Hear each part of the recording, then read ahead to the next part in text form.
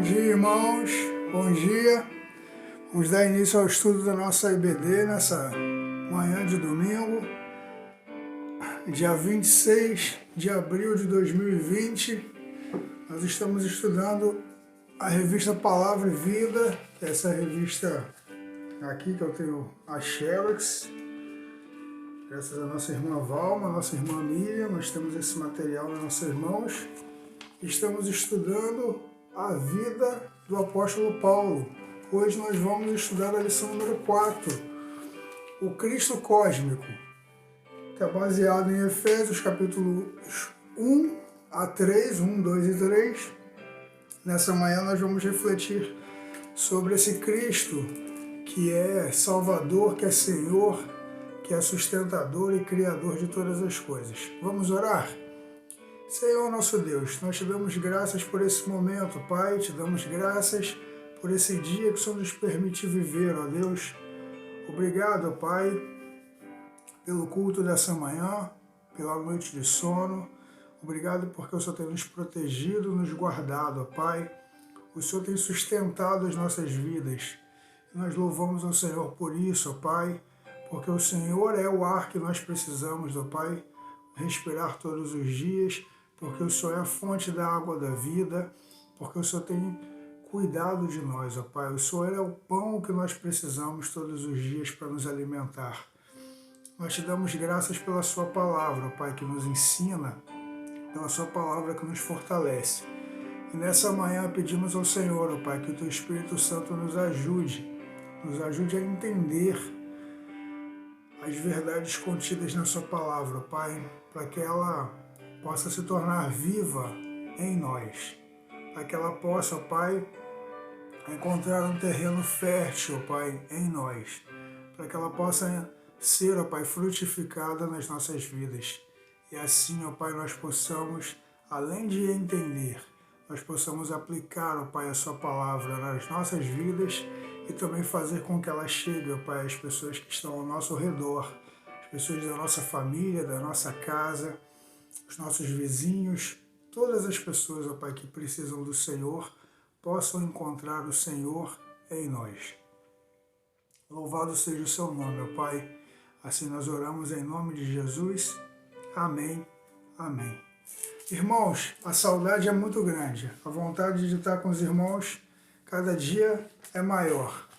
Mas nós estamos cumprindo aquilo que foi orientado e determinado pelas pessoas que cuidam de nós, cuidam do nosso país, da nossa nação.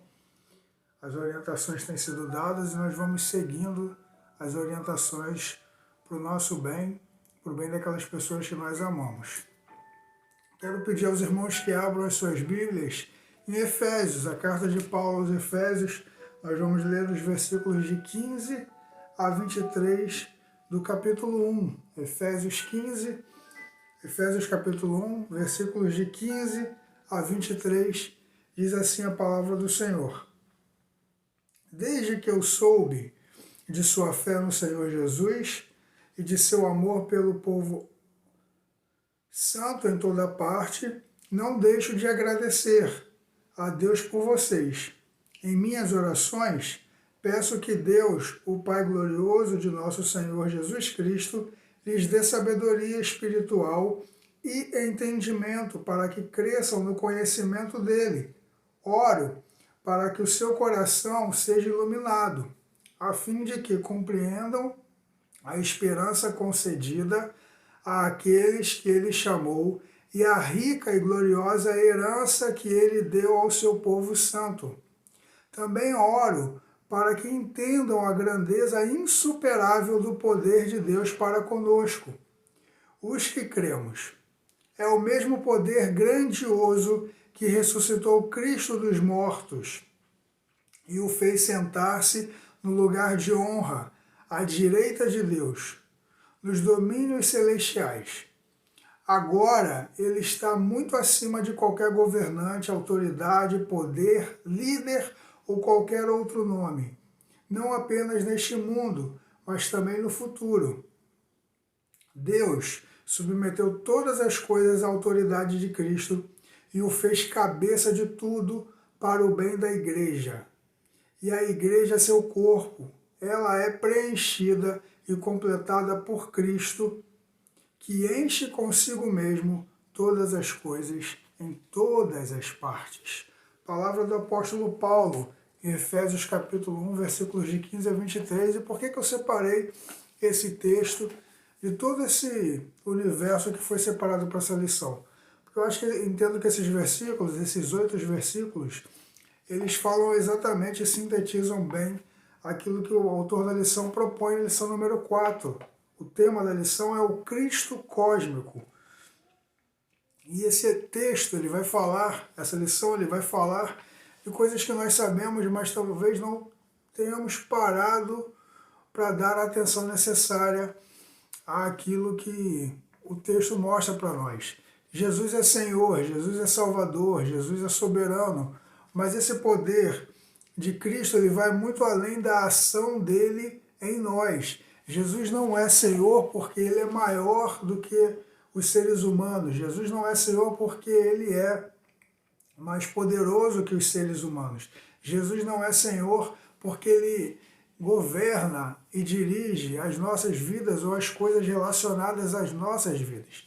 Jesus é Senhor porque todo o universo, todos os planetas, toda a criação, seja aquela que nós conhecemos e a que nós não conhecemos, seja aquela que o homem consegue colocar as suas mãos ou aquela que o homem ainda só consegue ver através de equipamentos como telescópios, como satélites. Jesus é Senhor de todas essas coisas. O seu poder, ele transcende a nossa capacidade de compreensão, a nossa capacidade de entendimento. É sobre isso que o autor vai falar um pouco. Vai falar um pouco também de questões relacionadas à nossa espiritualidade, de quem Jesus era e continuará sendo no plano espiritual também, e qual tem que ser a relação da igreja com esse Senhor, que é o Senhor Salvador de todos os homens, mas é um Deus também que tem um poder cósmico, é uma divindade da maior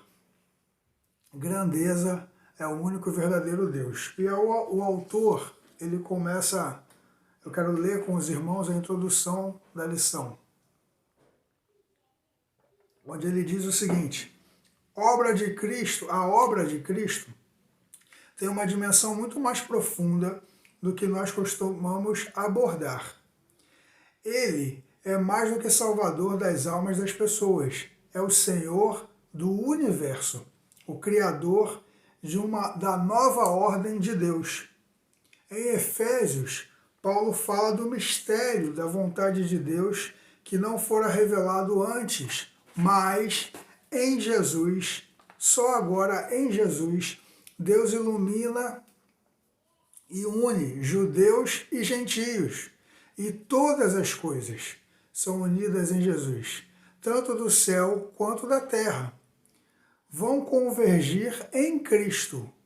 Tudo terminará nele, porque tudo começou nele, segundo palavras do apóstolo João.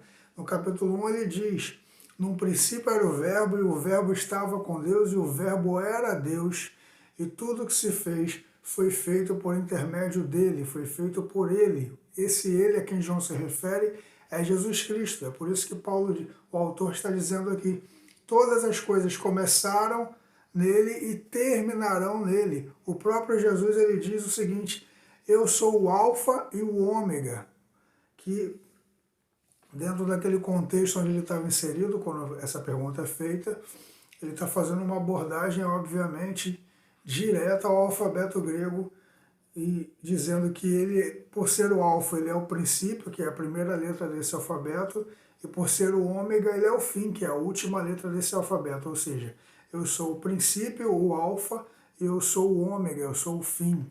Tudo começa em mim e tudo termina em mim. Tudo converge para mim. Ele, o autor continua dizendo, tem uma dimensão cósmica. Este mistério é manifestado pela graça aos principados e protestantes e potestades espirituais. Só um instantinho, irmãos. Oi, filho? Eu vou cuidar do meu brinquedo. Tá bom. Pode ir lá pegar. Por quê? Os seus brinquedos. Por quê? Vai ter comida. Eu já vou lá, tá? Deixa eu só terminar aqui. Tá bom? Vai lá brincar, daqui a pouco eu vou lá. Mas pode ir para ver desenho. Daqui a pouco você vê, filho. Vai, filho. Continuando aqui, irmãos. A igreja ensina às potestades o ministério de Deus, que começa pela união dos homens e termina no destino do universo.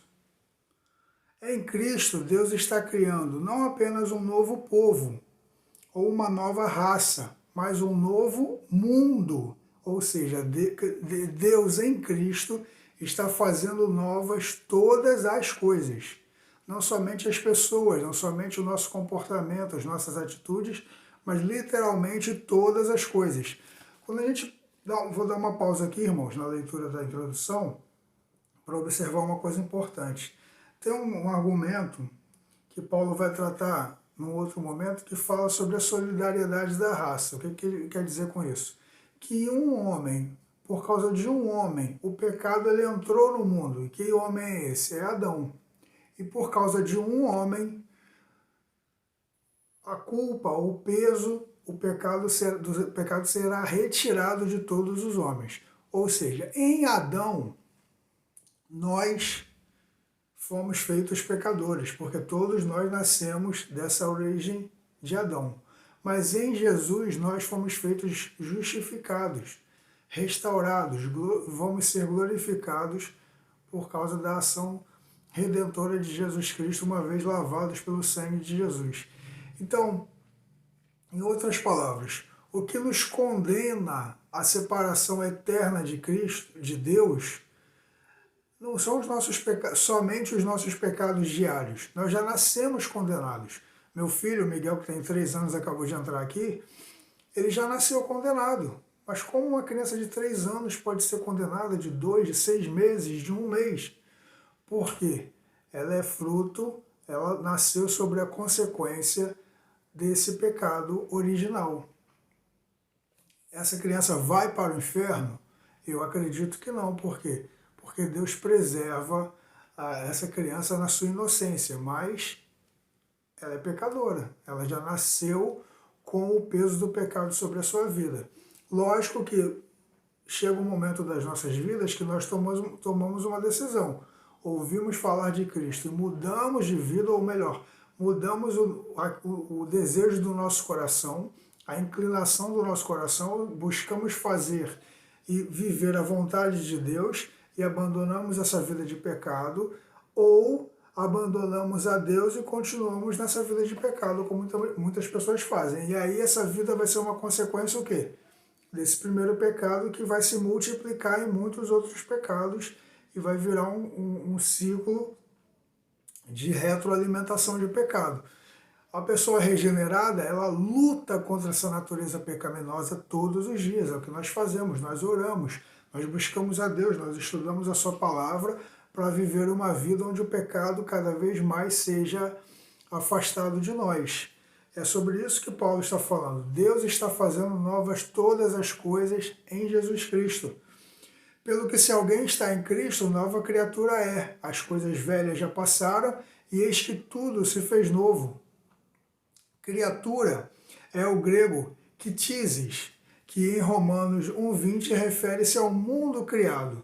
Seu sentido em 2 Coríntios é mais que moral, ou seja, é mais que essas coisas relacionadas àquilo que a gente entende como comportamento novo. Não é, se alguém está em Cristo, não bebe, não fuma, não adultera, mas, segundo o autor, é no sentido cósmico. Se alguém está em Cristo, faz parte de um novo mundo de Deus. E nós somos o início desse novo mundo que Deus está criando, não apenas novo povo e nova raça, mas um novo mundo, literalmente falando, um novo mundo.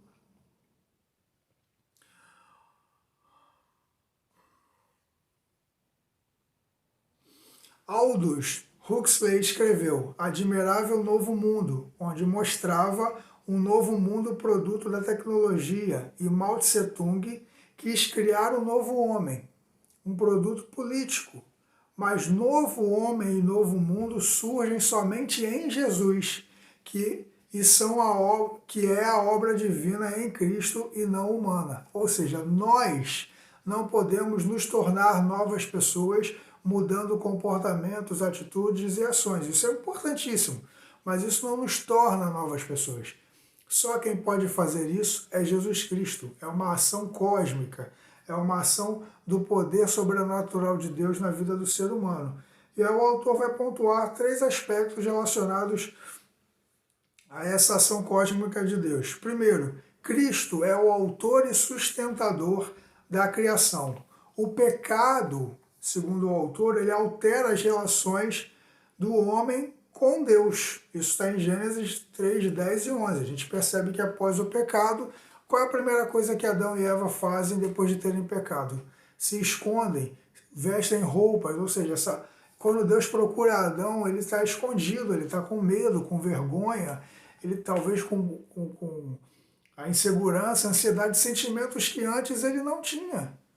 Não tinha, ele passa a ter por consequência do pecado e, obviamente, esses sentimentos, esses pensamentos alteram a relação dele com Deus, quase que instantaneamente.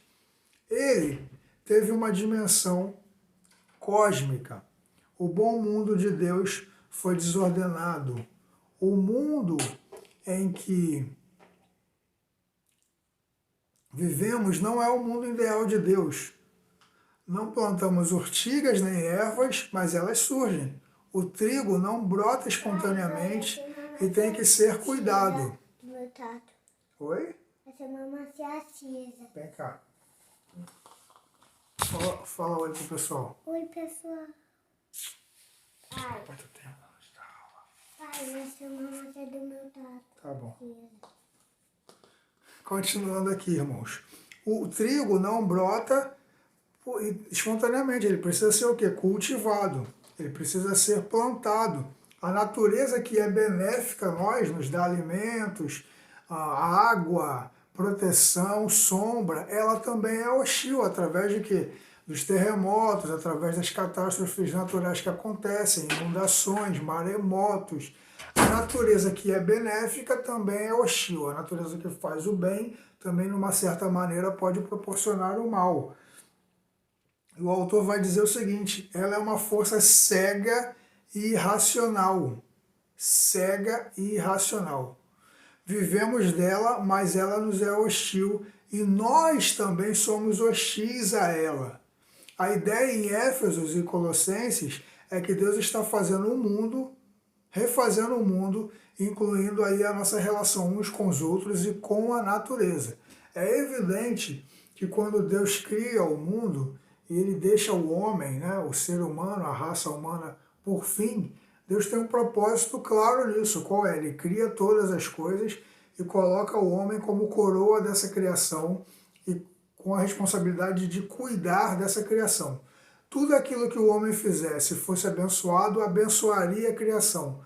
Mas tudo aquilo que ele fizesse e não fosse abençoado também teria consequências na criação. E a gente vê isso claramente quando Adão peca, os efeitos geológicos, os efeitos geográficos, climáticos, que são desencadeados por conta do quê? Do pecado. O pecado do homem não se restringiu somente a Adão, não se restringiu somente à raça humana, mas a toda a criação de Deus. Toda a criação de Deus. Continuando aqui. Nestas duas cartas, a cristologia muda de funcional, ou melhor, como Cristo funciona para a igreja, para a ontológica, que é Cristo como ser, o absoluto, o alto e sempre existente, a razão de todas as coisas. Cristo deixa de ser, na perspectiva de Paulo a Efésios e aos Colossenses, como algo relacionado somente à igreja. Qual é a relação de Cristo com a igreja? Mas Paulo apresenta, Paulo reforça a imagem de Cristo como um ser absoluto, sempre existente, e ele é a razão de todas as coisas existirem. não somente o Criador, mas elas existem por causa dele. A razão das coisas existirem é Cristo. É Cristo, ele é o Senhor deste século e do século, do tempo que há de vir.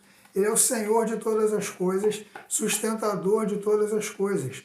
Ele é Senhor de um tempo, de uma idade, de uma era que transcende a nossa compreensão. Cristo é o Senhor dessa era e da era que há de vir. E tudo que foi feito por Ele e para Ele. Todas as coisas hão de convergir para Cristo e em Cristo. Todas as coisas vão convergir para Ele, para Cristo. Cristo está assentado nas regiões celestes e para Ele tudo converge nele e tudo terminará nele. O apóstolo Paulo fala isso em Efésios capítulo 1, versículo 10. Ele é o autor, o sustentador da criação, mas também é o seu propósito, ou seja, a criação foi criada para Cristo, para Cristo. Nós não somos um fim, mas nós somos um meio para Cristo. O propósito da nossa criação, de todas as coisas, é Cristo, é Cristo. A criação só foi feita por Ele e para Ele e voltará para Ele. Sua obra inclui a reconciliação de todas as coisas na terra e no céu. Cristo não é apenas um Salvador. Cristo não é apenas o Salvador individual das pessoas, mas o Senhor cósmico de todas as coisas, o Senhor do universo. Podemos confiar num Salvador que tem poder sobre o tempo, as pessoas e todo o universo, como diz um de nossos cânticos. Cântico lindo que nós cantamos, deveríamos cantar até mais. Quão formoso és, Rei do universo, a sua glória enche a terra, a sua glória enche os céus. Cristo é o Rei do universo. E como nós devemos, segundo o autor, olhar para esse novo mundo de Deus? É o segundo ponto da lição, onde ele diz o seguinte: embora bem sustentada em Paulo, essa ideia não foi inventada por ele.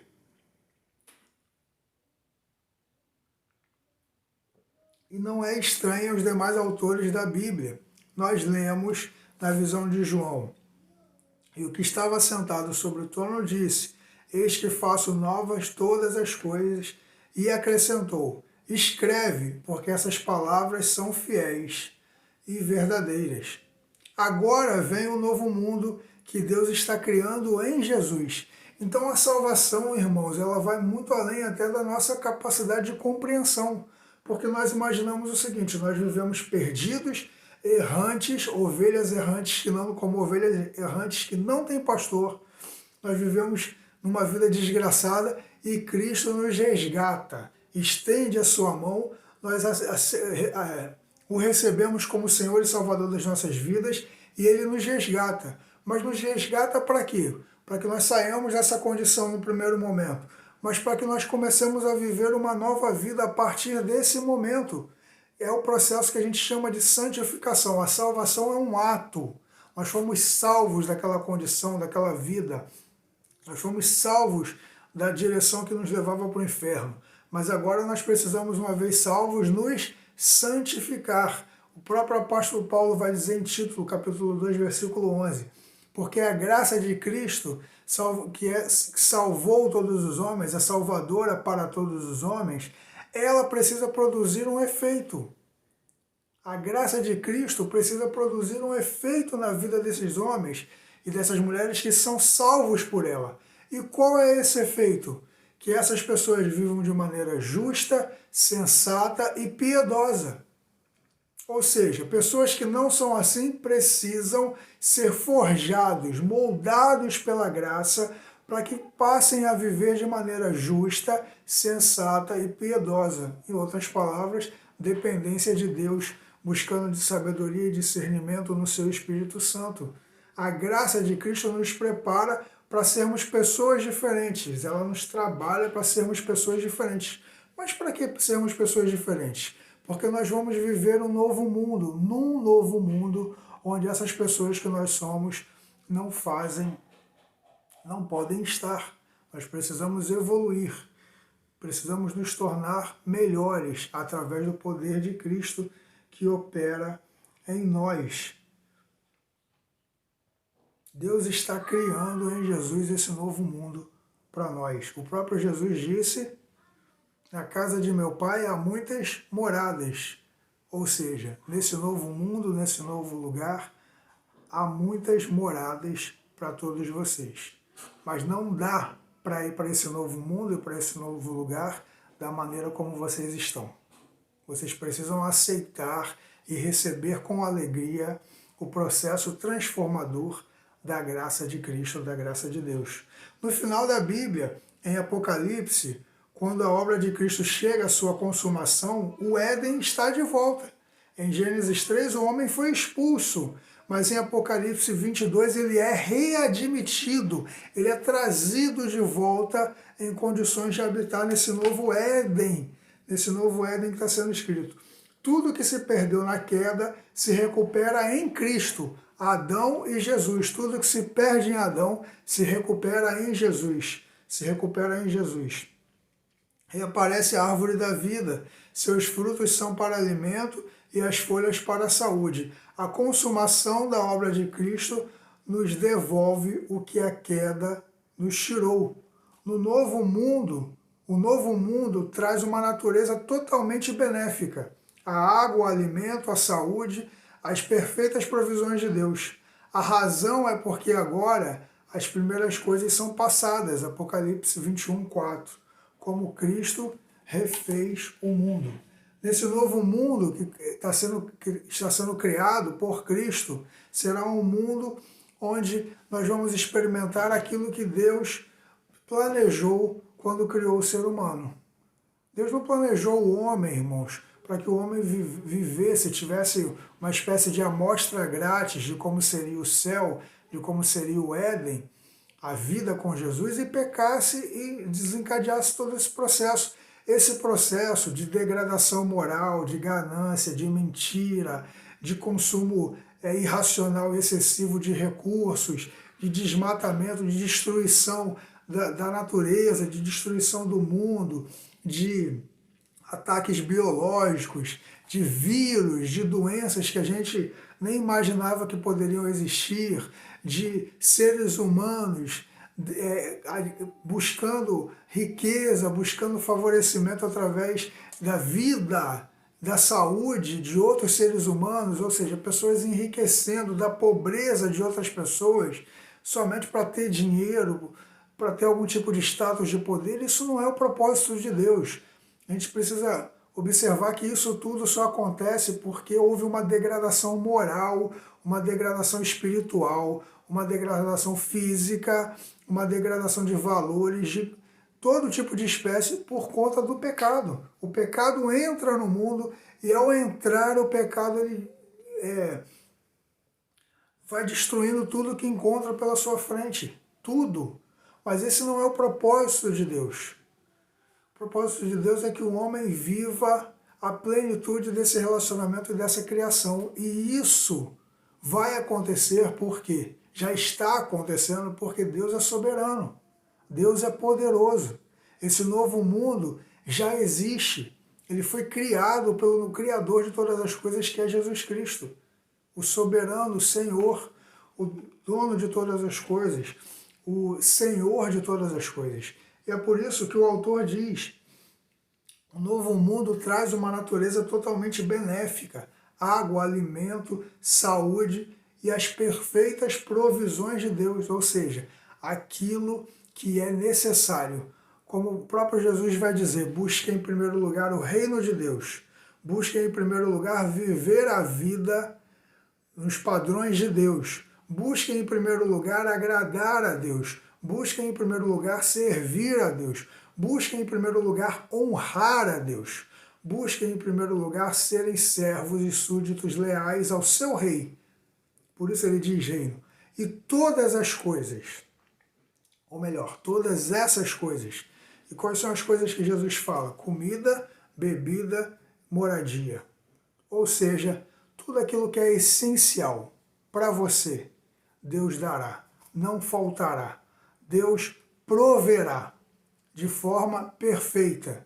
Não te dará pouco para que falte e nem te dará muito para que estrague, assim como o maná no deserto. Todos os dias a porção exata que as pessoas precisavam caía e elas podiam se alimentar. Deus dá provisões perfeitas.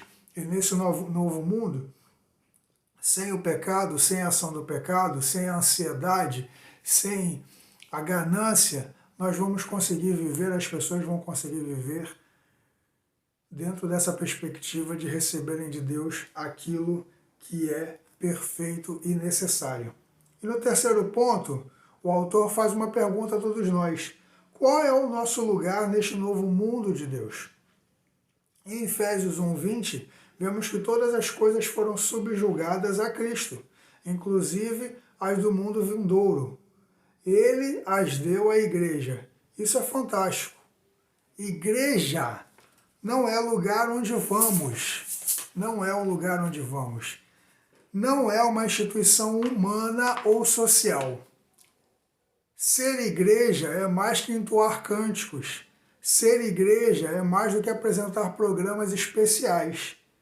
Deus, ser igreja é fazer parte desse novo mundo de Deus, sendo a ponta da lança, mas também reinar com Ele. Isso é ser igreja.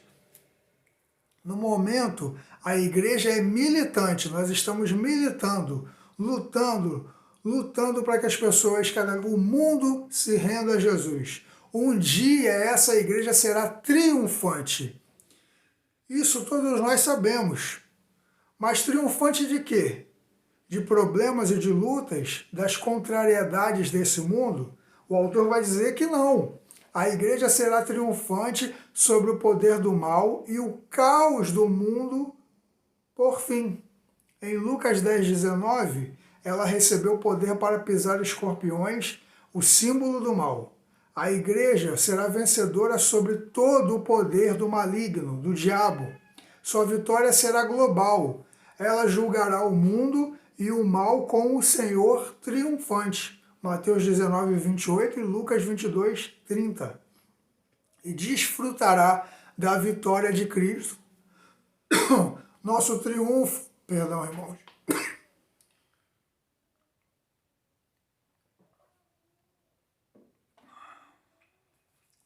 O nosso triunfo não é apenas para esta vida, mas é para uma nova ordem de Deus, para o novo mundo que o Cristo Senhor Jesus do universo está criando. Ela desfrutará deste novo cosmos. E viu um novo céu e uma nova terra, porque já se foram o primeiro céu e a primeira terra, e o mar já não existe. Apocalipse 21:1.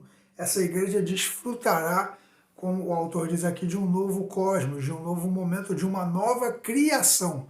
Ou seja, a criação perfeita de Deus e a criatura perfeita de Deus se encontrarão novamente. Novamente. Se encontrarão. Porque nós, buscando a santificação, buscando a vida diária, a vida de comprometimento com Cristo, estamos sendo aperfeiçoados. E quando nós nos tornaremos perfeitos? Quando encontrarmos com o nosso Mestre e recebermos o nosso corpo glorificado, justificado e restaurado. E quando isso acontecer, a criatura e a criação se encontrarão juntas com o Criador. E nele, criatura e criação serão perfeitas. Serão perfeitas e nós poderemos experimentar esse novo mundo, esse novo céu e essa nova terra criados pelo nosso Senhor. A salvação, irmãos, é mais que libertação do fogo do inferno. É muito mais que sermos livres de uma consequência, de uma condição de destruição. A salvação é identificação com Cristo e o lugar de honra nesse novo mundo do Senhor, onde nós o desfrutaremos. E aí o autor encerra dizendo que, citando Romanos capítulo 8, versículo 37, que diz: em Cristo nós somos mais do que vencedores. Mais do que vencedores. a igreja ela foi criada com um propósito. E o propósito da igreja não é somente combater o pecado. Eu gosto muito dessa figura que é criada apontando a igreja como um corpo. E como um corpo, a igreja tem muitos membros, onde tem muitas funções. E cada pequena célula, cada pequena parte desse corpo é vital para a funcionalidade desse corpo. As pessoas que estudam a ciência, e isso cada vez mais é difundido, sabem que, por exemplo, doenças como o câncer são causadas pela pequena alteração genética em uma célula. Essa célula começa a se multiplicar com essa alteração genética e ali se desenvolve um tumor. Vírus, como a gente está vivendo um tempo de pandemia, vírus são pequenas partículas que não podem ser vistas a olhos nus, ou seja, pelos nossos olhos, sem nenhum tipo de equipamento, mas são letais, podem matar, como o vírus da malária, da dengue, chikungunya, zika, esse vírus do coronavírus, podem matar, AIDS, ebola, alterações minúsculas nesse corpo podem gerar. Pai, eu tô com caô. Tá bom, já tô indo lá, tá? Pai, eu já me associado, pai. Eu fiquei. O tal vai embora de mim. Tá bom, filho. Nós percebemos que a menor alteração pode gerar uma doença. Parkinson, Alzheimer, problemas na vista, problemas na audição, são pequenas falhas, pequenas alterações que podem gerar consequências sérias. Então a igreja é esse corpo que, independente do membro, independente do órgão, todos têm uma função específica. E essa função é dada pelo cabeça, que é Jesus Cristo. É Jesus Cristo. Jesus é o cabeça da igreja. Irmãos, todos os órgãos do nosso corpo, ou quase todos, podem ser transplantados. Existe transplante de córnea, coração, rim, o estômago pode ser cortado, fígado. O único órgão que não pode ser transplantado é o cérebro. E quando esse órgão para de funcionar, mesmo que todos os órgãos estejam ainda funcionando, eles continuam funcionando durante alguns minutos. Há oxigenação no nosso sangue durante alguns minutos, as células continuam vivas durante alguns minutos, mesmo depois que o cérebro para de funcionar. Mas depois que esse órgão para de funcionar, a vida cessa. Cristo é esse órgão e nós somos o corpo. E o propósito da igreja é ser um com o seu Criador. Um. Ele é o cabeça, ele dirige as ações, ele toma as decisões e nós executamos. E isso é benéfico porque nós não temos pensamentos, normalmente falando, destrutivos com o nosso próprio corpo. Tudo que nós pensamos e executamos, nós também sentimos. Sentimos. A dor que eu sinto quando eu passo as unhas na minha pele é uma reação, é um estímulo que gera uma reação cerebral e aí eu sinto a dor. Isso acontece numa fração de milionésimos de segundos. Tudo que Cristo, como nosso cabeça, deseja para a igreja, ele também sente. Quando a igreja, as pessoas vão por caminhos dolorosos, tortuosos, ele sente a dor dessas pessoas.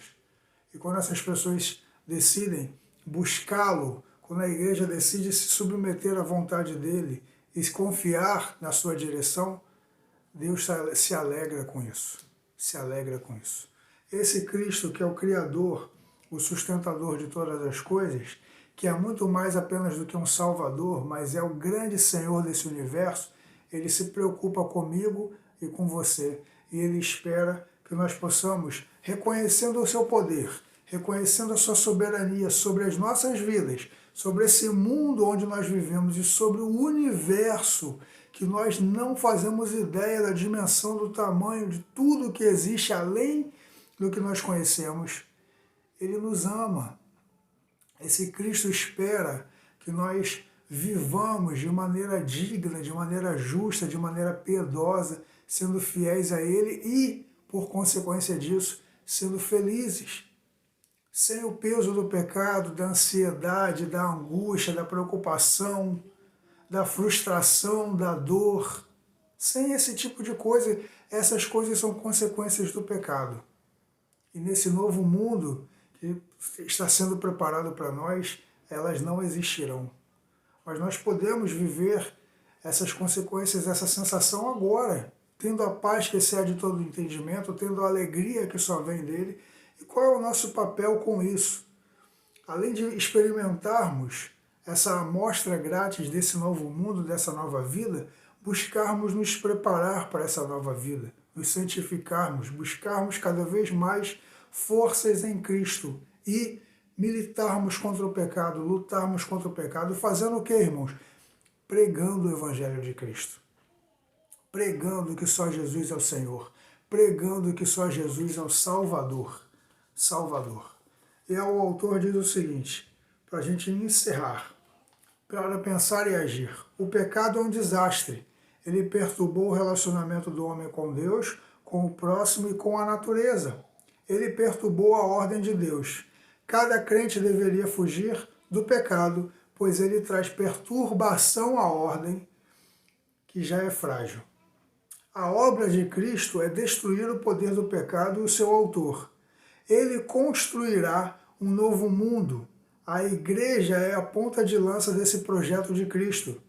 Cada convertido é uma pedra a mais na construção do novo mundo de Deus. Essa nova ordem de Deus não é apenas moral, mas cósmica, com estes elementos se desfazendo em um novo mundo chegando.